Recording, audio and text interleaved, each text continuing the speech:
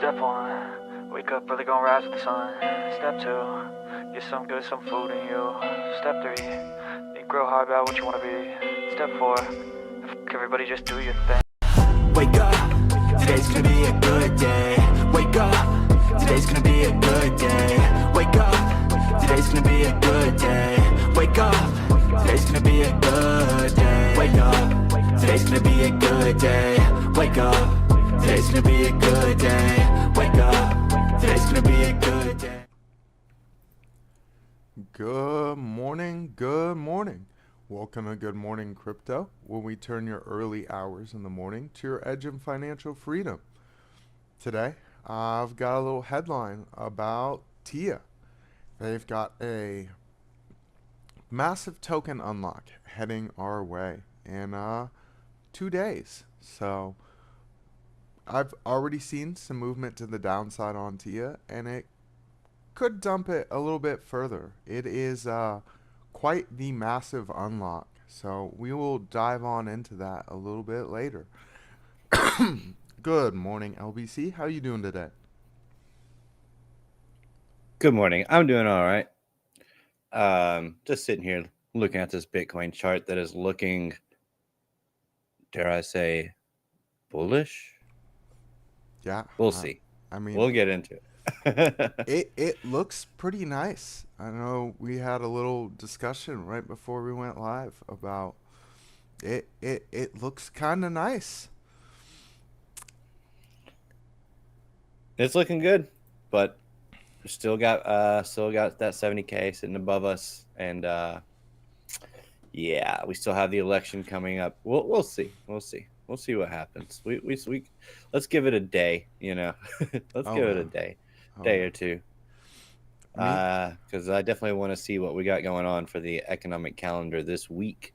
So, I mean, it's not incredibly heavy hitting, so definitely potential. Myself, I'm not like bullish until we make a higher macro high. Because, like, yes, we're making higher highs on the micro. Like, if you go to a 15-minute chart, there's definitely higher highs, and it's just doesn't bode well if you look long term and you're like, oh, well, I'm seeing curvature on shorter time frame charts and a potential of a little bit of downside, but we still haven't broken and made a higher high to build off of. So we'll just kind of see how it plays out. Yep, we'll get into that. Good morning, everybody in the chat. Oh, yeah. I see Justin Eubanks was here bright and early. It's been a little while since I've seen him in the chat. Yeah, I saw him share out the stream on Twitter. I was like, hey, it's Eubanks. What is going on? I haven't seen him in a while, so it's good to see you, Justin. And Kyle Fields is here early too. So good morning, Kyle Fields. Bright and early. Let's dive on in and get these people prepped for success. Did you want to be on the screen or off the screen? Oh, I'm here. All right, let's do it. I've got the stock heat map pulled up from Friday's close. We've got a little bit of a mixed bag. Apple's sitting up 0.36. Nvidia's up 0.8. We got Berkshire Hathaway sitting down 0.82. Amazon sitting up 0.78, while Walmart is sitting down 0.64. You can expect to see that change over the next month, though, as you start seeing people start buying Christmas presents. You've got P&G down 0.83. You got ExxonMobil sitting pretty neutral, down 0.08. Tesla still on its little move up 3.34. We'll take another look at that. I've got a little Tesla article pulled up, so definitely something that he had said about his goals for the next year, and not everyone thinks they're achievable, so we'll kind of have to see. McDonald's is down 2.97. Eli Lilly up 0.15. we've got Microsoft up 0.81, Google up 1.57, and Meta up 0.96. For the crypto side of things, though, we are looking pretty green in the top 10. Bitcoin up 1%, Ethereum's up 1.1, BNB up 0.77. We got Solana up 0.75. We got Doge sitting up 0.84. Got XRP up 0.43. We got Tron sitting down 0.12. We got Toncoin sitting neutral. Cardano is down 0.12. We got Avalanche up 1.44. And Wrapped Bitcoin has replaced Shiba Inu up in that row, and it is up 1.14. So a little change on the market caps. For the economic calendar today, we do have a little bit of Dallas Fed Manufacturing Index coming out at 10:30 Eastern Time. And then some bill auctions, not big market movers, just something that will kind of let people gauge the sentiment of where they're parking their money in the short term. The highest will be the 2-year at 10:30, and then at 1, we do have the 5-year note coming out as well. Not really big market movers, but the jobs numbers for the unemployment rate of Japan will be a doozy at 7:30 Eastern Time, because that's a big factor in them deciding where their rate hike is going to lay. You've got two opposing viewpoints, kind of the same way that the U.S. government and our Fed have been disagreeing on where rate cuts should go.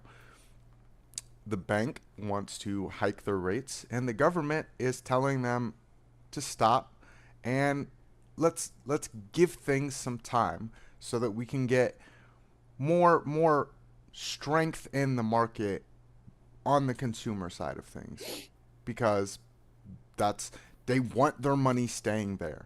They want the good sentiment in their own markets. So we'll kind of see if that plays out with some job numbers from Japan. Let me hop over to the fear and greeds. For the stock market, we are sitting 59 and neutral. So kind of nice little cool down on the fear and greeds. For the crypto side of things, we are also sitting neutral. We've been consolidating at the top of the range, and we are up 2 points from the weekend at 54 and neutral, almost at the top of the range. So are people not as scared as we thought they were going to be, David? Why would they be scared at the top of the range? I'd be a little bit scared of some greed at the top of the range and people taking Yeah, with profits. your experience. But remember, this is fear and greed. This is based off of retail. Your average retailer is bullish at the highs, not cautious. So, yeah.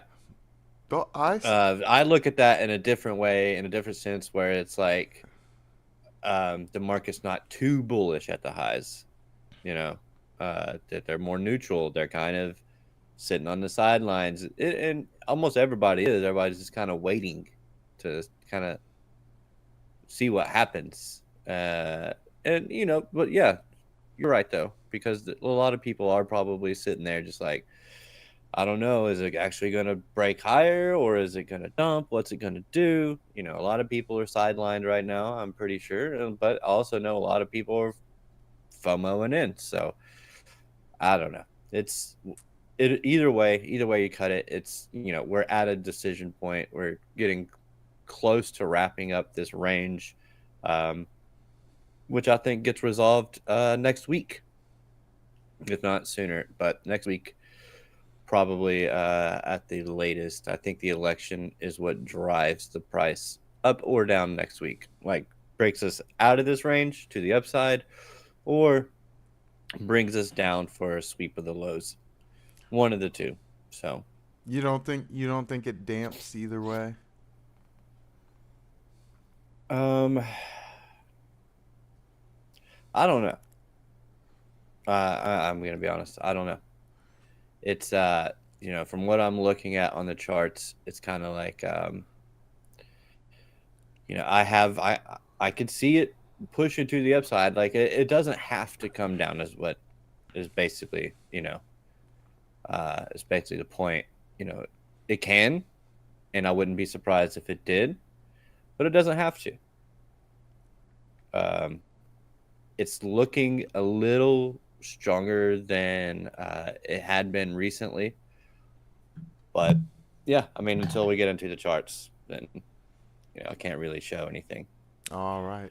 Well, I'll pull up this liquidation heat map right beforehand, and then you can kind of show the people what you're seeing, where this strength lies. For a 24-hour liquidation, Sorry. we have some liquidity on the top side and the bottom side. So the bottom side, we've got 67,000 and goes all the way up to 67, about 250. You might need to refresh that. I pulled it up like 10 minutes ago. Yep. You said upside, so do you mean Oh, downside? downside. Okay, I was No. like 67's below us. That's why I thought it was behind.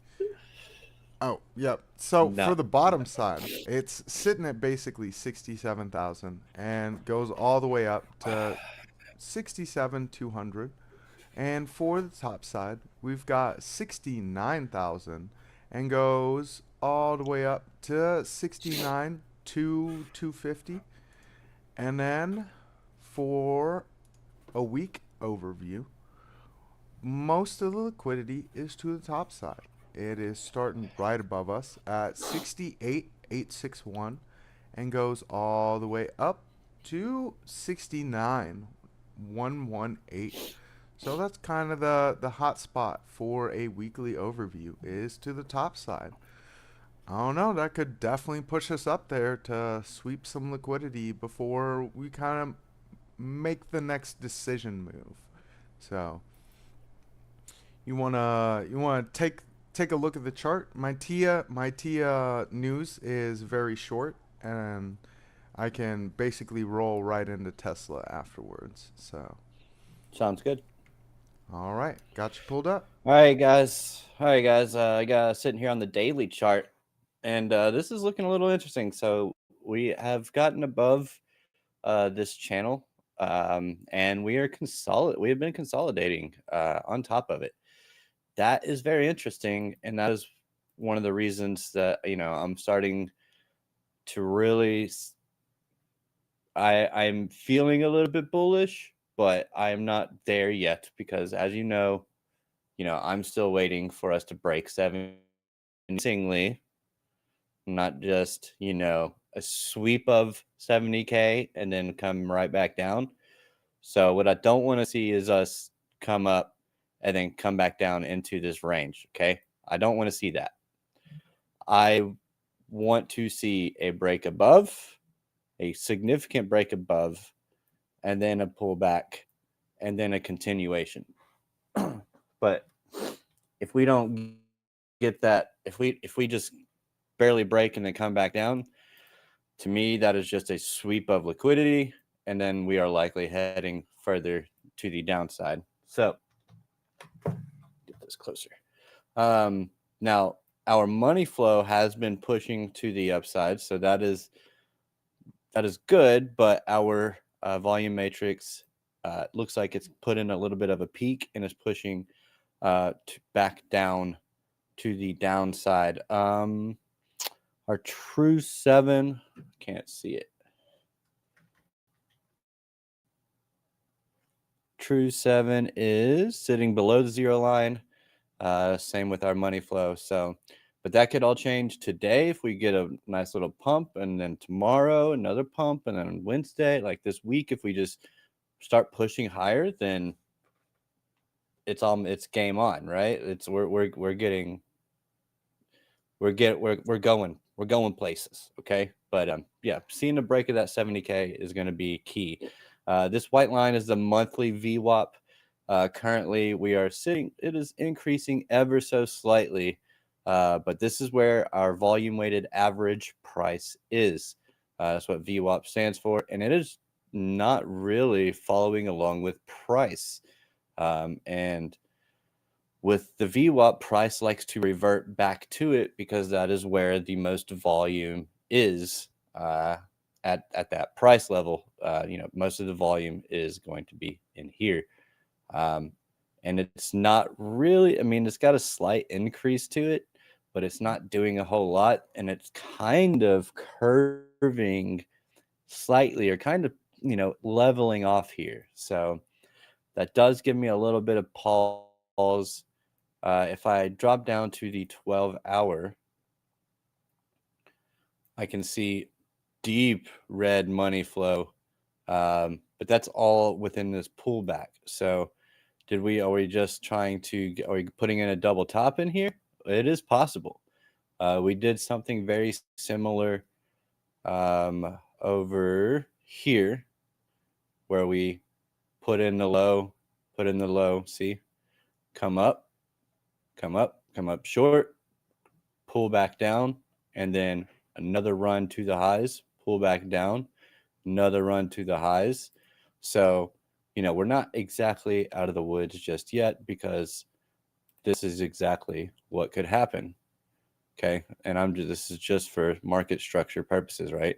So your high, your low, first rally off of the low, doesn't even come close to breaking the high, get a nice little pullback, secondary run, fails, and then rolls over.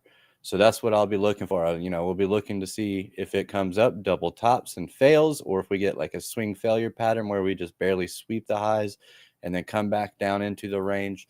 So we're not out of the woods just yet. That's why I'm not, I'm not super bullish just yet. So I need Bitcoin to prove to me that it's ready. But right now, there's still plenty of liquidity below us that we can tap into. If I throw on not the market oracle, the market dynamics by Chart Prime, we do have an order block down here at about 59.6, a loud order block. That's on the 12-hour though. Let's go to the daily real quick. Let's see what kind of. So yeah, we've got our money flow POC sitting down here at $60,284. As long as we hold this 58 level, we are perfectly fine. But now, if we break that 65,200, could get ugly really quick. So, holding price up here, but looking like we could be putting in a double top. It's possible, but we are sitting on top of that resistance, that downward resistance here. So, it's make or break level basically for Bitcoin is what I'm essentially getting at. Bitcoin needs to make a decision, and make or break. We'll see which way it wants to go, but there's plenty of untapped liquidity to the downside. And only a little bit to the upside. So do we need to come back down to pull in more, or is it just going to leave everybody behind? I'm always looking at the markets in a perspective of what could get the most people tripped up. To me, that right now is a break of the highs, and then we come right back down. So we'll see. We're kind of topping out here on our oscillators. Our money flow is kind of flat. It's not really giving a lot of green here. We've been red for a little while now on our volume matrix. The trend ribbon is like I said, we've already got one reversal signal. We'll see if we get another one pop up here soon today. But yeah, Monday, I like to let you guys know. I like to let Monday play out and try to let the market makers show their hand for that week. So, yeah, right now Monday is just kind of sit and wait and see if we get we get a nice clean break of that high. But right now it's kind of just chilling. So, I don't really have much to go off of right now. I mean, I'm looking for this high to get broken, get a close above that here on the 4 hour. And if we're bullish, I want to see us get a close above this on the 4 hour at 69,557. So this one is going to be a little bit tricky. We're sitting at the highs, so we just need to be patient and see what Bitcoin gives us. Is it going to give us a rejection, or are we going to blast through? That's what we're going to be looking for. But right now, we're at resistance. We're a little overheated on our oscillators. Our money flow has been coming out a little bit flat. It's looking weak until it doesn't. So market open will likely at 9:30 a.m. We'll after market open, maybe an hour after market open, we'll probably have a good idea of what we're going to be looking at for Bitcoin. So right now, consolidating at the highs, lots of liquidity below us. So I'd be very cautious right here. We do have a little bit of a bearish divergence here on the 1 hour, but our money flow is pretty thick on the 1 hour. They're pretty thick in the green. So not calling any downside just yet. We do have the double top over here, sweep those highs, and then we could just roll over from there. So yeah, that's basically what I'm watching. Are we just going to sweep these highs and come back down? Get into that supply and then come back down and sweep the lows. That's a very strong possibility, in my opinion. I think we see at least another week of consolidation. I don't think we're going to break out prior to the election. I could be wrong on that, but I just feel like the market's really waiting to make a really big move based off of the election and next week's FOMC. So we'll see. But for now, man, I don't really have much. We're just sitting at the highs at resistance. So we just got to see what Bitcoin decides it wants to do. Is it going to give us a clean break, or are we going to get a rejection? That's our two options. Going back to you, BC. Sounds good. Do you want to be on the screen for the TIA Unlock article? No. All right. Well, I've got the token unlock article that I had talked about. I just scrolled down specifically to the TIA one because that's the only one I really had my eyes on. It is the biggest one.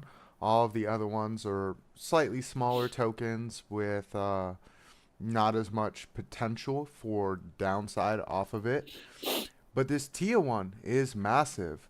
So TIA, the unlock date is going to be on October 30th, so here in 2 days. The number of tokens to be unlocked is 175 million.59. So their current supply is only 220 million. So almost doubling the supply that's going to be out there. And that's got a lot of potential for some downside movement. Celestia, a modular data availability network, simplifies blockchain launches. On October 30th, Celestia will unlock 175.56 million TIA tokens, valued at 920 million, and allocate these coins to early backers and initial core contributors. This massive unlock has sparked concerns about potential selling pressure. While some argue for a bullish unlock due to OTC activities, simple market dynamics tell a different story. The tokenomics design shows concerning flaws that can't be ignored. TIA has potential for a 3 digits if the tokenomics weren't so manipulated. But with VCs having such enormous profit margins and this aggressive unlock structure, we're looking at significant downward pressure, one ex user wrote. That's kind of the doozy for this week.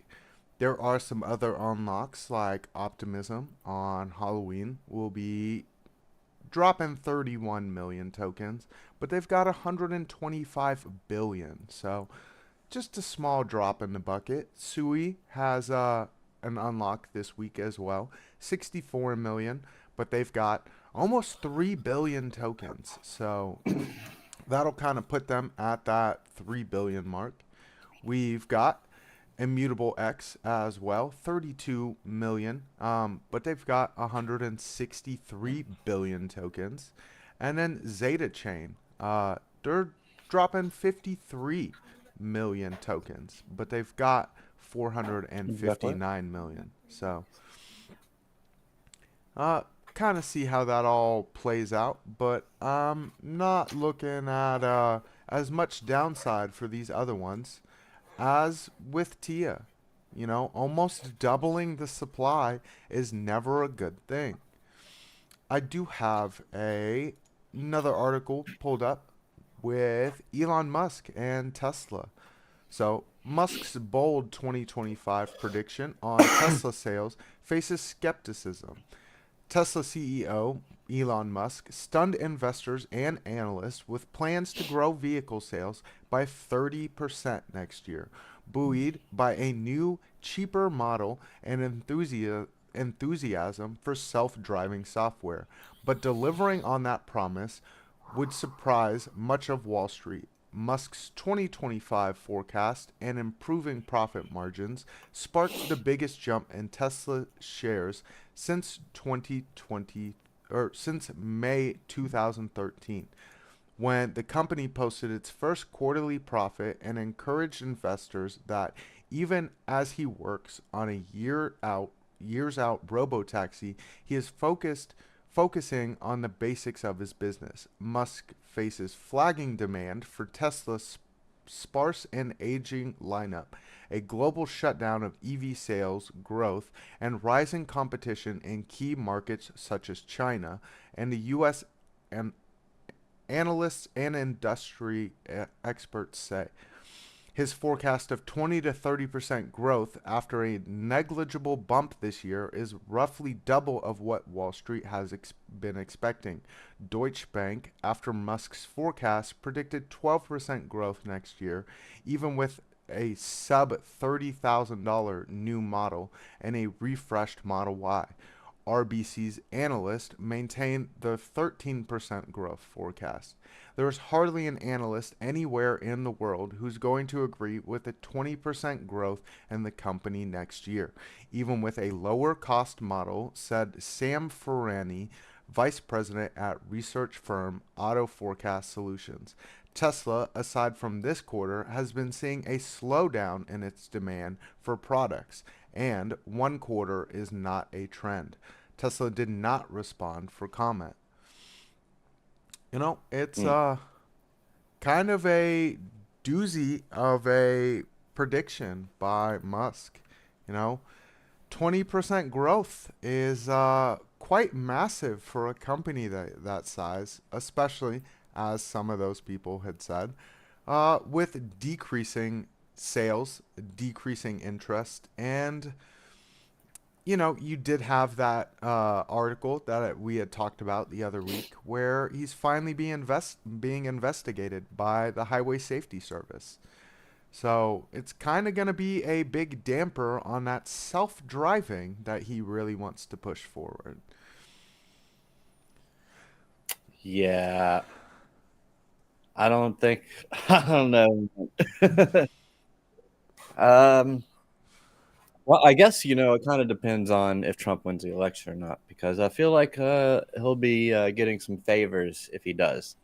So, I mean, maybe a little bit, but like your favors can't boost sales by 8%, can it? Like you'd have to really give a massive tax credit higher than the other companies Whereas, like, yes, that's what the Democrats did, where they're like, oh, yeah, you can get 7,000 if you get a Tesla, but you can get 12,000 if you get this nice little Chevy EV. Mm-hmm. But you'd really have to skew it in his favor. Whereas then I feel like his robotics have more of a potential to boost sales than anything else. Yeah, I can see that. I don't think the cars at all. I No. think they're I think the competition is getting too is broadening a little too much for the growth to be in car sales. So yeah, I mean, I don't know. It's what I say. If Trump wins, maybe he can get some benefit for that. I mean, like tax, that helps with revenue.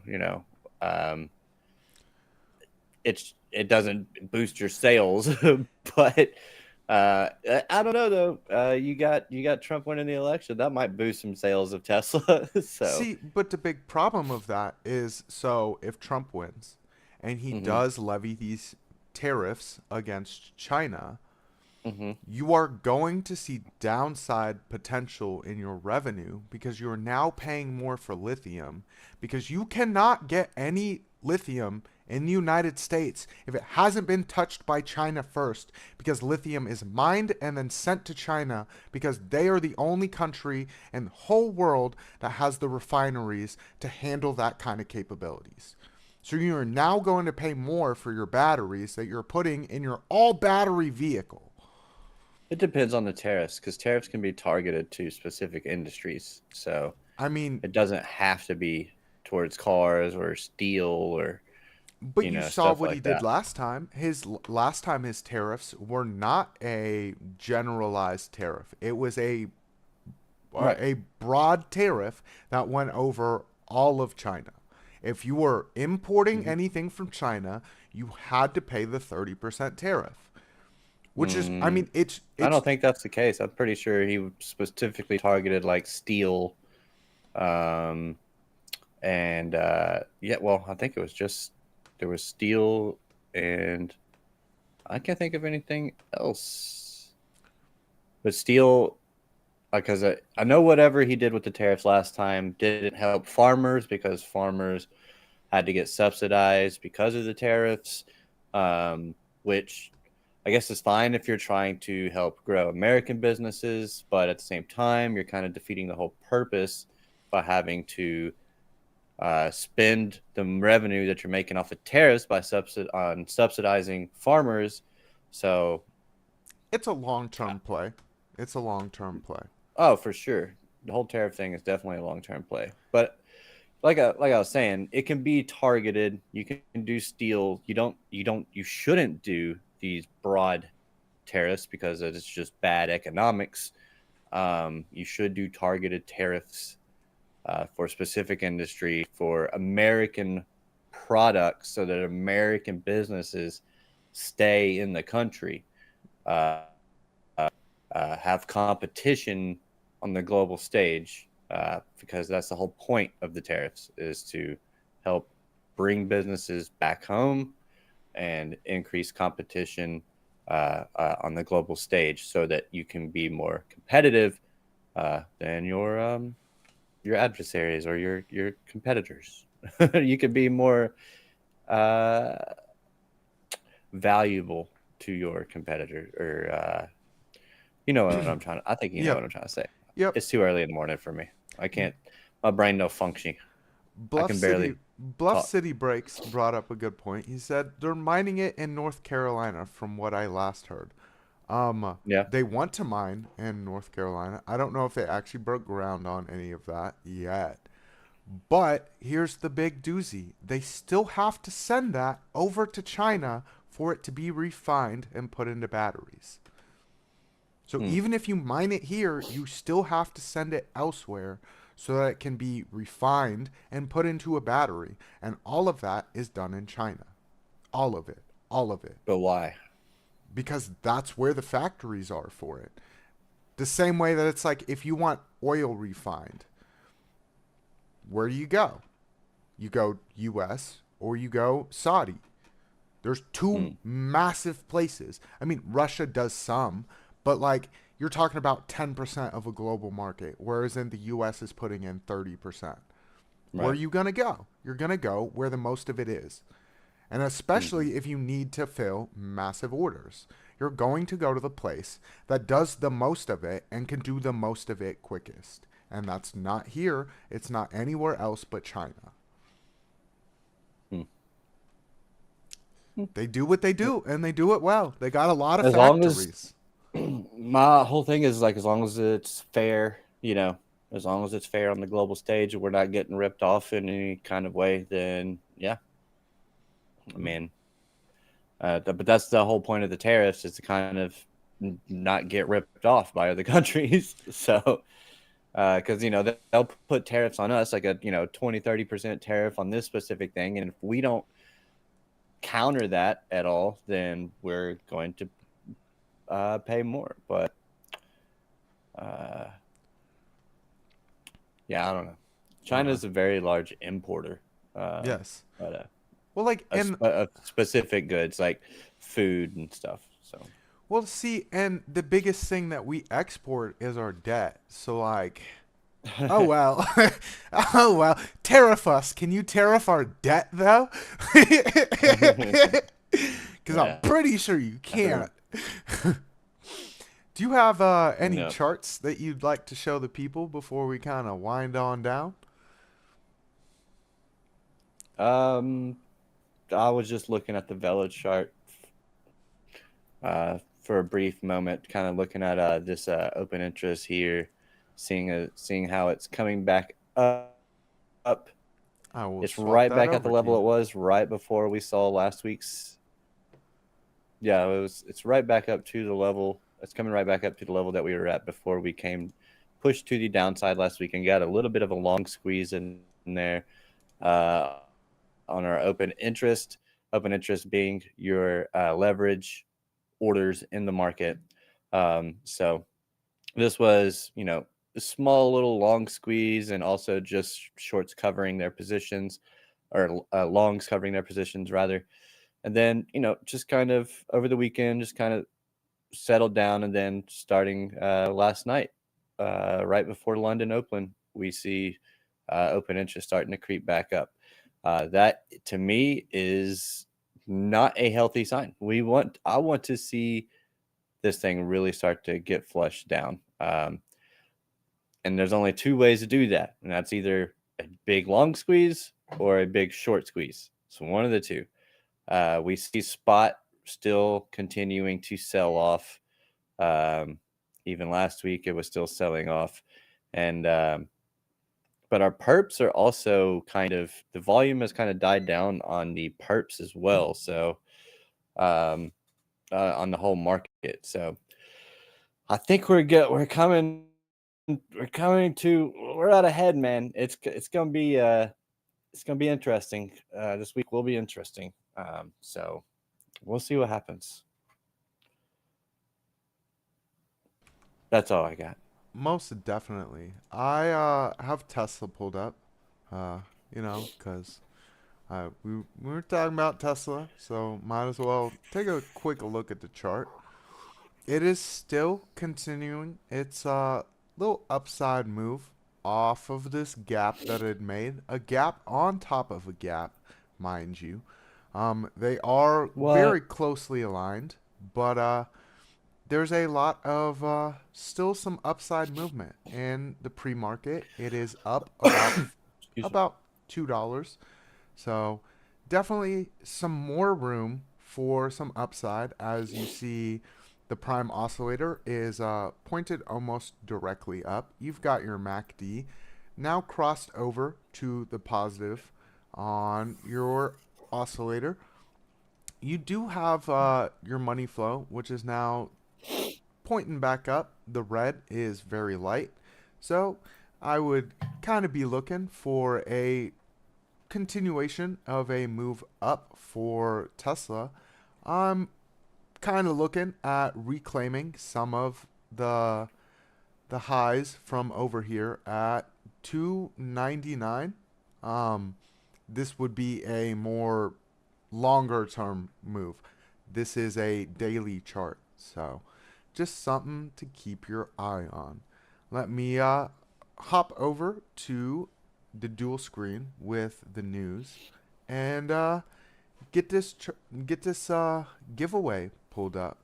Whoa, whoa, whoa, whoa. Yeah, I got extra big there. I just used the wheel to zoom, man. It went quick. It's the last day, guys. It's the last day to put in your predictions for the for the contests. Okay, Piper Academy, we're giving away $300. Every show is giving away $100. We're giving away $100. Our contest is Bitcoin price prediction at the time of our live this Thursday on Halloween. What is that price going to be? Leave it in the comment section down below. All your predictions in the comment section down below. Don't put in more than one prediction. We're writing them down, okay?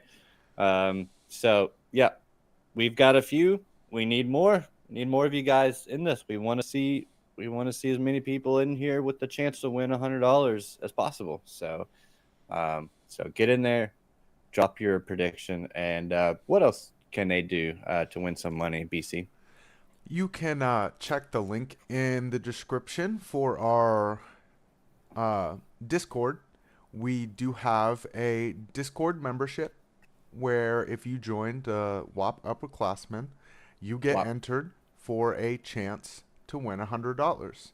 We've got a trading group in there that we share some moves that we're making, and from what I've been seeing, it's pretty fire. We've got some nice trades in there, so we hit very, very frequently on some good trades. For the Crypto Nightcap show with TradeFly, they're giving a $100 giveaway. If you check out our Blowfin link in the description and deposit $50, you're entered for a chance to win $100. So just another thing that you can do to support us and win $100. So definitely something to check out. We do have the Crypto Nightcap show that is going to be on tonight at 8:30 Eastern p.m. and the morning market report at 9:30 Eastern with OC and Piper, and that'll be AM, by the way. Yeah. Because you went backwards there. Yep. I started at the bottom and I'm going to the top. You know? Started from the bottom. Now we're here. Yeah. You got the reference. There we go. And then we will be back here tomorrow morning at 5:30 Central. So 5:30. I should get better sleep. I'm not going to be exhausted by a 10-year-old doing Halloween stuff. So I will definitely be here on time. But thank you for everyone that tuned in today. We enjoyed doing the show for y'all. I don't know if you have anything you'd like to give to people before we head out. I know you need to be out of here on time. No, just be careful, be cautious, be kind, rewind, use that stop loss, and I'll see you in the chats and I'll see you in Discord. But yeah, I love you guys. Thanks for joining us. And I hope you all have an amazing, beautiful, wonderful, radical day. Ride those waves. Most definitely. Hit that like button on the way out if you haven't. And maybe subscribe if you haven't subscribed yet. Other than that, everyone wake up. It's going to be a good day.